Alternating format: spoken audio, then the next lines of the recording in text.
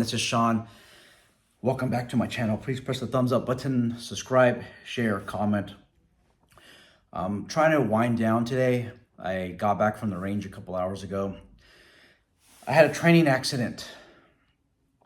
I want to talk about it. Those of you who have a security company who offer training, those of you who are in any capacity an instructor, you have to watch the end of this video.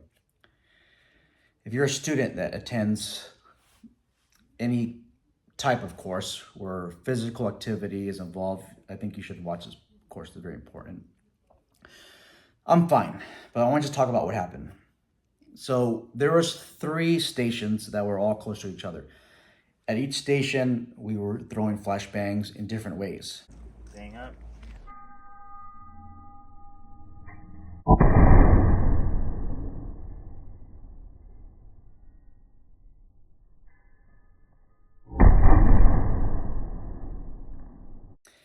I finished station 1, and then I went to station 2. At station 2, I was observing my class or my group throw flashbangs. All of a sudden, whack! My right lower leg, I was hit.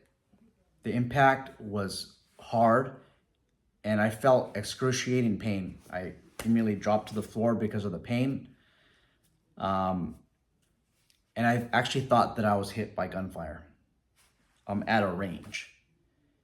My first thoughts were somebody violated a safety rule. That was my first impression of the incident, and I was getting pissed off. I re-examined myself, found no holes, and I thought, okay, whew, I'm not shot. This is great. I'll pull up on the video right now a photograph of me about maybe 10 minutes after the incident. If you look where it's blackened, that portion of my pants was all the way lower towards my ankle. I'm just lifting up my pants so that you can get an observation of the area impact. If you really look at the video, there's like a darkish bluish color.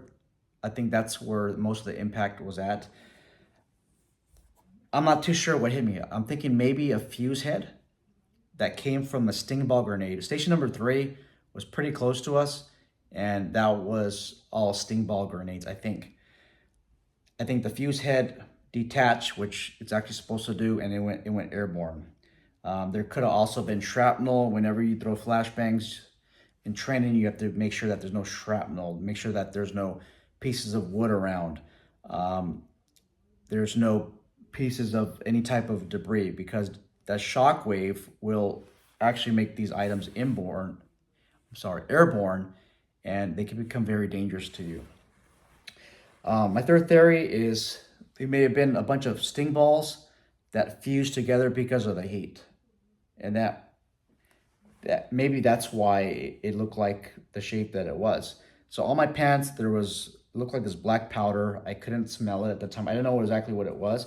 But to me, it looked like basically your black powder, like something burnt. And again, I think that was probably from the fuse head of the grenade.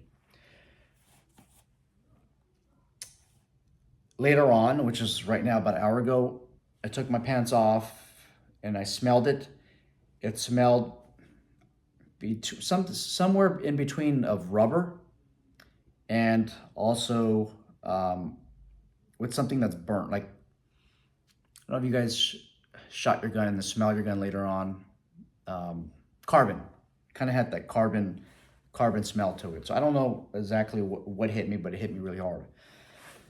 Earlier in the day, I signed a waiver basically saying that I would not sue the company. Guys, even if I did not sign a waiver, there's no way that I would sue this training company at all. I have a lot of respect for the CEO of this company. Every training class, he accommodates me, he approaches me.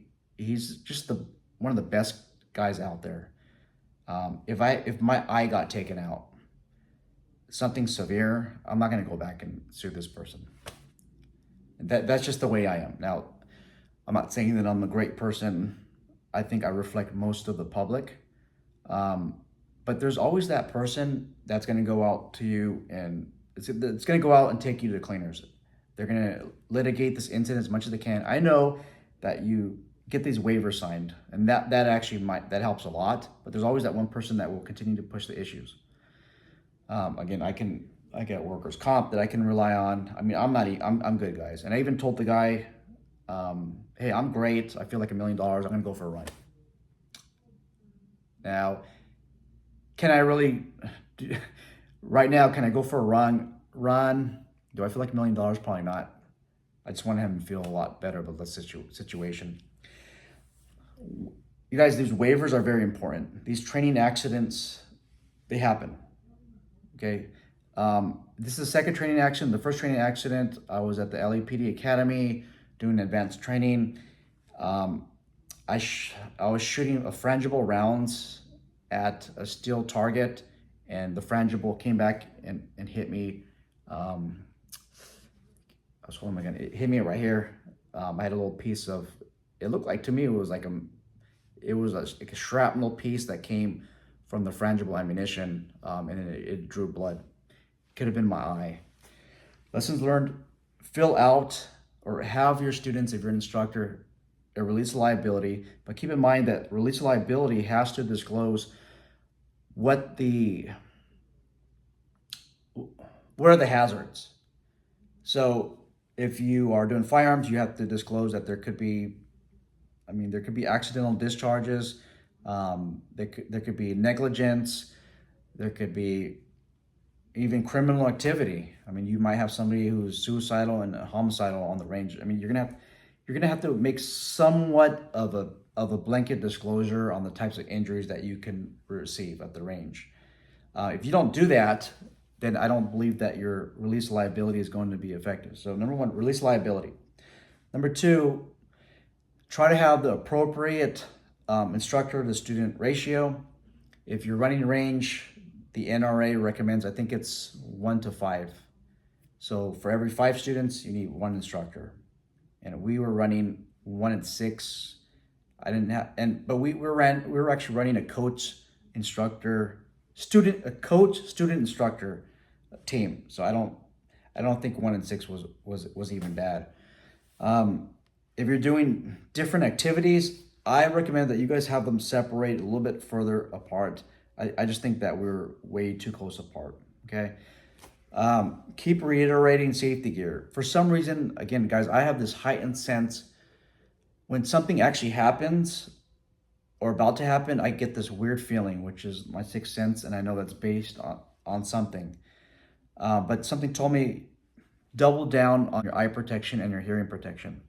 So I wore, as you can see in the photograph, I wore some safety lens, ANSI rated, in front of these, my prescription lens, which is also has a safety rating.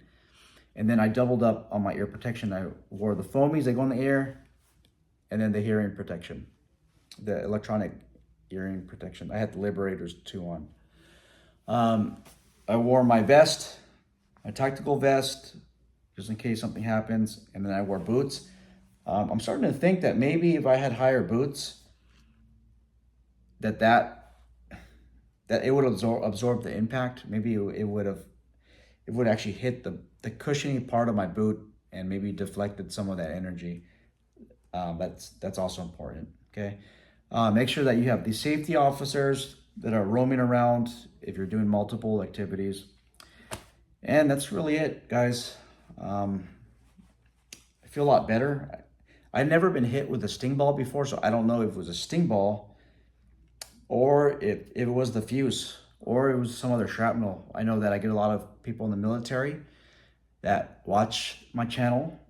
I know I have quite a bit of former detention and correctional officers that have experience deploying diversionary devices, including sting ball grenades. Maybe get your opinion on that. Let me know what you guys think. What do you guys think that I got hit with? Otherwise, if you have any questions, concerns, let me know. Take care, and please train safe and train accordingly.